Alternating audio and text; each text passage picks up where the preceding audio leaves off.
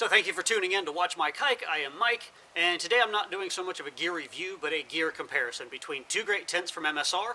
I've got the Hubba NX right here, and the Freelite one back a little bit further. The purpose of this is not to try to convince you to buy one or the other, but to simply give you some information, a little more insight than you might find on a website, to make an informed decision on what tent might be right for you.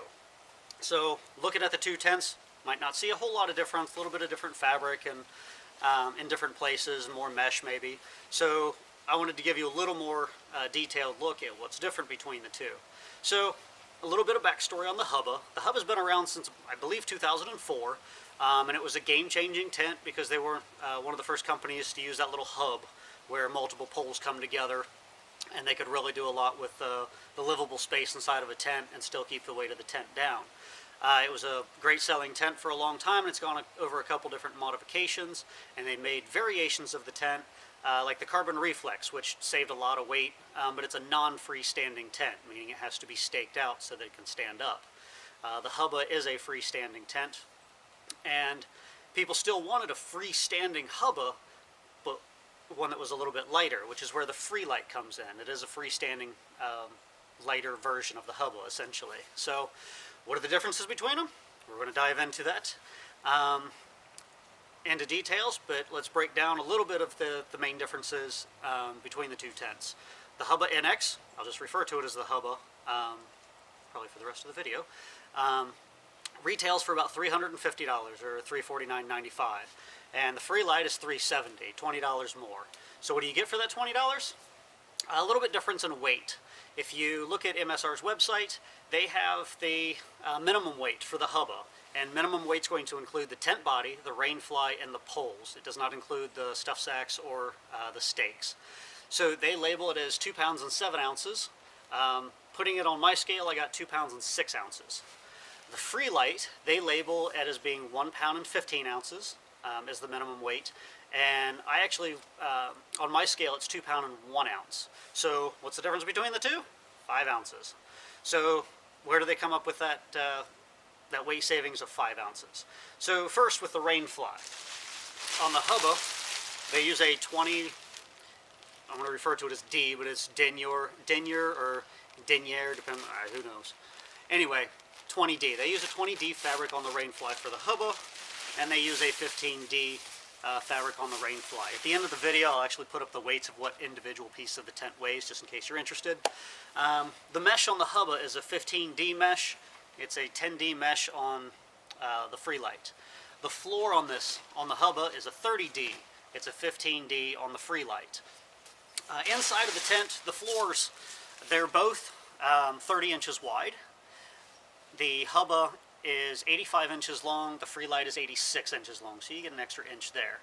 The Hubba is 36 inches tall from the center of it up to the peak part of the roof, and it is 38 inches in the Freelite, so you do get 2 more inches there.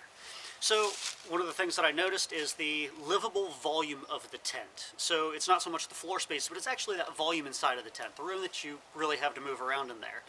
In the Hubba, it is 26 cubic feet, and then inside of the vestibule, it's 8.5 cubic feet. Compared to, so you got 26 here, you have 23 cubic feet in the Freelite, and where you have 8.5 here in the vestibule, you have 7 cubic feet in the Freelite vestibule. So you've got the same floor space and the same length and width. Why so much difference in the livable volume inside the tent? Well, I figured out that the brow pole that comes across this pole right here on the Hubba is much longer than it is on the Freelite, and I'm going to change the view right now so you can see the difference between the two.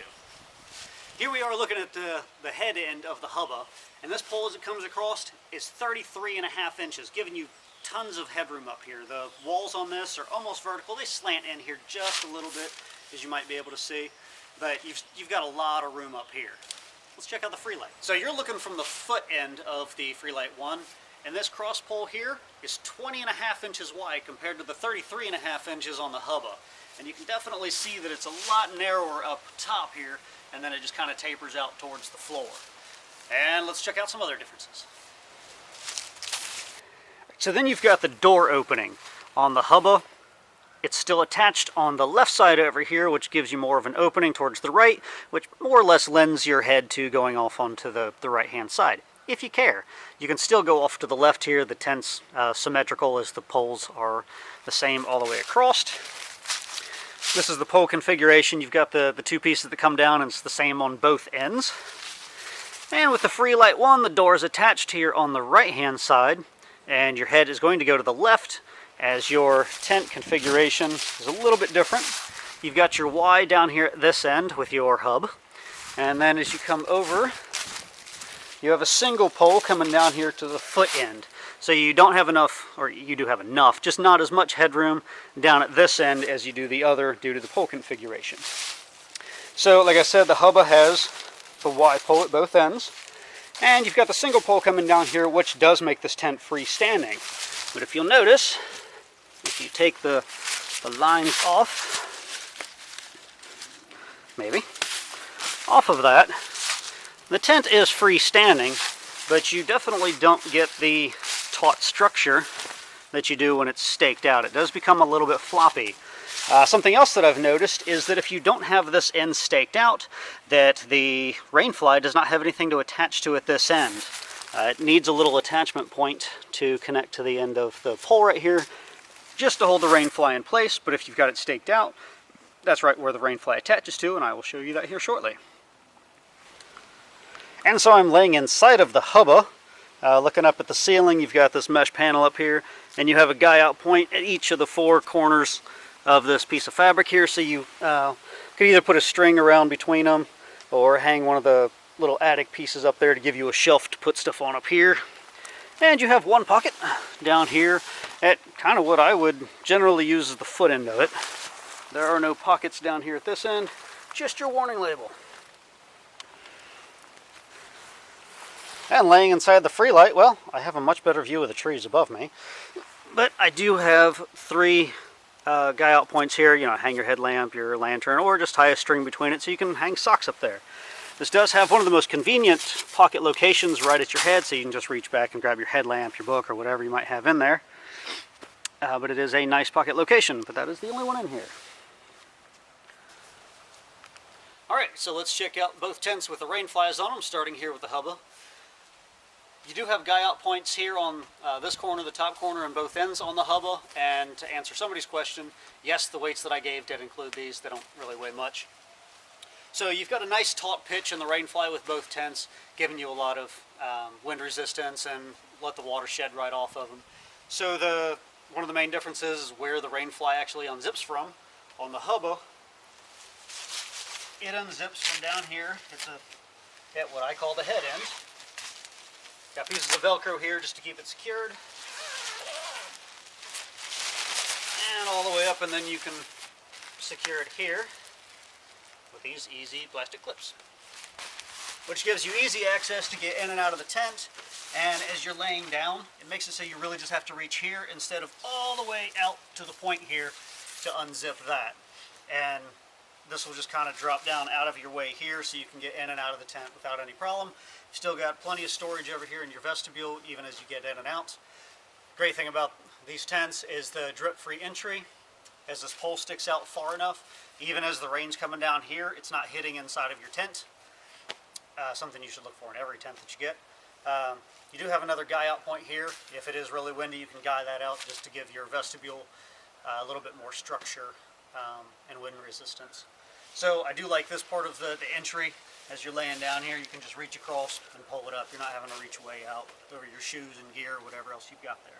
So let's take a look at the Freelite. So with the Freelite, you again have that nice taut pitch. You do have a guy out point here that if you do need to tie it out, but I do not have them on here. So the opening for the vestibule on this comes right down the middle of the front. This vestibule does not stick out as far as the one on the Hubba, so you don't have to reach as far out to get to it. So this will fold back out of your way. What I was talking about on the Hubba is that the vestibule will kind of just fall out of your way, almost right down the middle here, where on this one it does kind of sit here unless you tie it back, which is easy enough to do.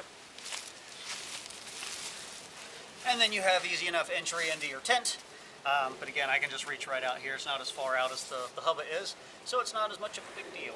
And so for the last couple things that I want to point out, again, you have this guy out point right here. You have one on the other end that's the same.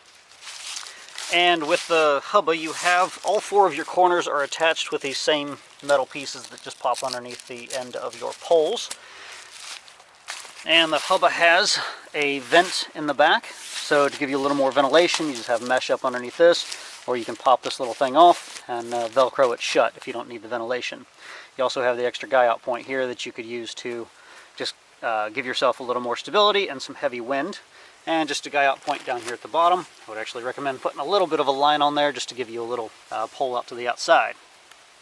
And then on the Freelite, what I was talking about earlier is the back end of this Rainfly not being all the way attached if you're not staked out. So what I would like to see done by MSR is to put a line or attachment, piece of webbing, whatever, to come down and have another one of these little metal pieces where it hooks to the pole to bring it down and hold it onto it. Because if you are not staked out on this end, you will, let's go ahead and undo the body because, well, we wouldn't be staked out there either.